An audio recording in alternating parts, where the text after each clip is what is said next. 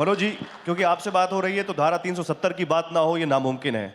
आपको 370 हटाने जाने के बाद कश्मीर की जिम्मेदारी दी गई। मैं सीधा पूछता हूं, जब आप वहां पर पहुंचे, आपको क्या चुनौतियां वहां दिखाई पड़ी और कितना बड़ा आपको वहां चैलेंज दिखा जिसको आपको लगा कि यार इससे लड़ना सबसे मुश्किल है? 370 5 अगस्त 2019 को समाप्त, मैं 1 साल बाद गया था। जी। जब मैं पहुंचा था तो मुझे लगा था कि सामान्य रूप से कोई भी परिवर्तन वहां की सामान्य जनता स्वीकार कर ले तब परिवर्तन का अर्थ होता है। उसके लिए मैंने प्रयत्न किया और मैं कह सकता हूं कि भारत के प्रधानमंत्री जी, देश के गृह मंत्री जी और उनकी नीतियों के कारण ये संभव हो पाया, क्योंकि अब जो दिल्ली में सरकार है वो शांति खरीदने में विश्वास नहीं रखती है। पहले शांति खरीदी जाती थी, अब जो दिल्ली की सरकार है या जम्मू कश्मीर का जो प्रशासन है वो अस्थायी रूप से शांति स्थापित करने में भरोसा रखता है और वही काम हम कर रहे हैं। शांति खरीदी जाती थी मतलब? शांति खरीदी जाती थी मतलब जो लोग शांति में बाधक थे उनसे बातचीत की जाती थी। ऐसे लोग जिनको जेल में होना चाहिए था उनको सरकारी हवाई जहाज से श्रीनगर से बुला करके दिल्ली में बातचीत की जाती थी। यही शांति खरीदी जाती थी।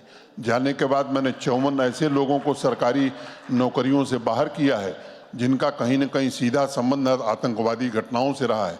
जिस बड़े आतंकवादी का आप नाम जानते हैं उसके परिवार के लोग सरकारी नौकरी में थे।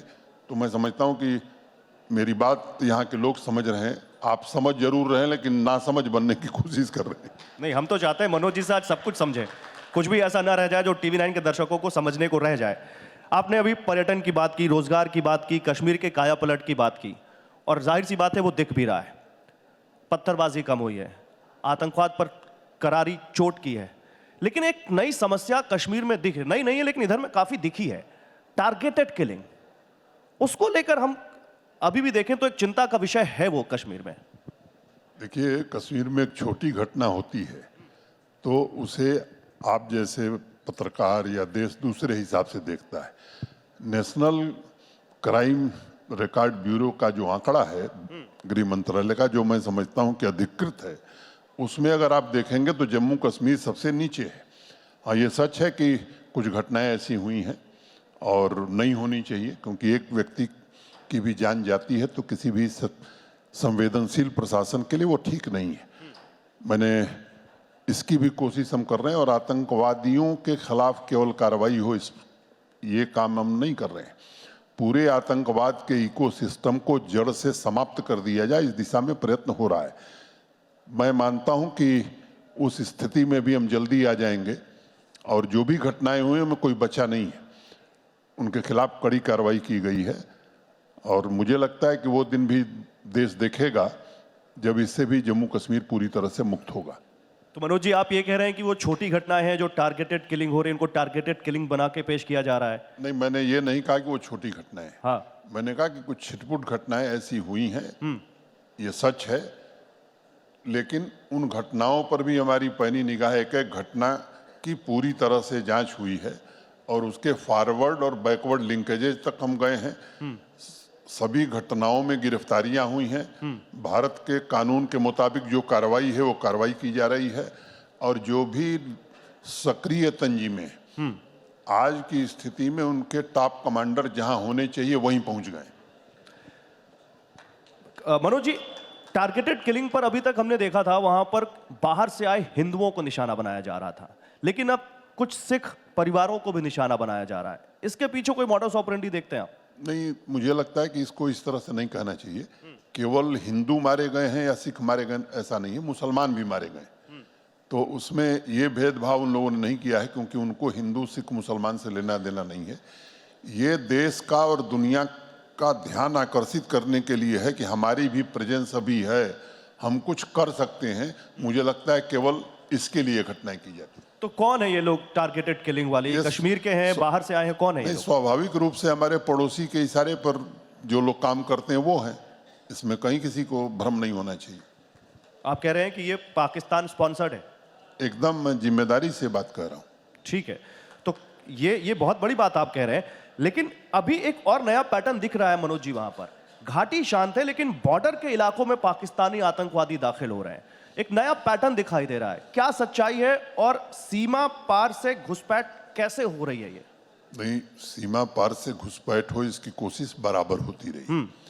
आप सबको मालूम है कि युद्ध विराम की स्थिति कई वर्षों से है, लेकिन इसका लाभ उठा करके कई आतंकवादी संगठन पाकिस्तान के किसके इशारे पर आते हैं मुझे लगता है लोग जानते हैं, ये कोशिश करते हैं। टोपोग्राफी बड़ी डिफिकल्ट है। कश्मीर में पहले ज़्यादा दिक्कतें थी, इसलिए हमारा भी फोकस कश्मीर घाटी में था।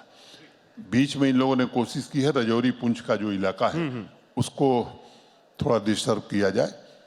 बीच में एक दो दुखद घटनाएं हुई जिसमें हमारे आर्मी के कई बहादुर जवान शहादत दिए।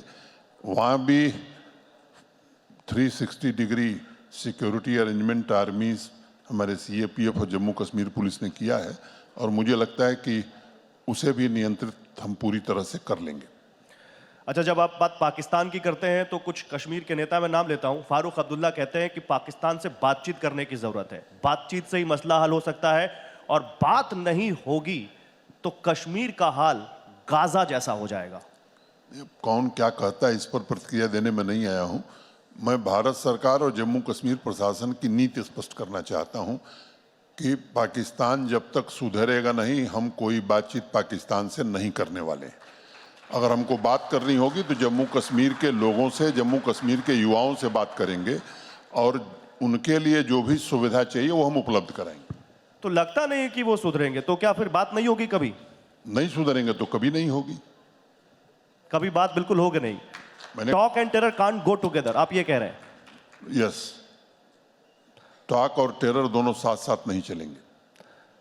अब बात पीओके की होने लग गई है आजकल मनोज जी, और पीओके के बारे में बोलने लग गए हैं अब बहुत सारे बीजेपी के नेता। पीओके पर क्या आप क्या कहना चाहेंगे? कुछ काम विदेश मंत्रालय के जिम्मे छोड़ देना चाहिए। मुझे लगता है कि इस सीमा को हम लोगों को समझना चाहिए। नहीं, लेकिन पीओके में भारत जिंदाबाद के नारे लगते हैं और वहां लोग कहते हैं दरवाजा खोल दो, अब हमें भारत की तरफ जाना है। मैंने कहा आपको कि ये हम लोगों का काम नहीं है। भारत में विदेश मंत्रालय बहुत सक्षम मंत्रालय है, तो उन्हें उनका काम करने दीजिए।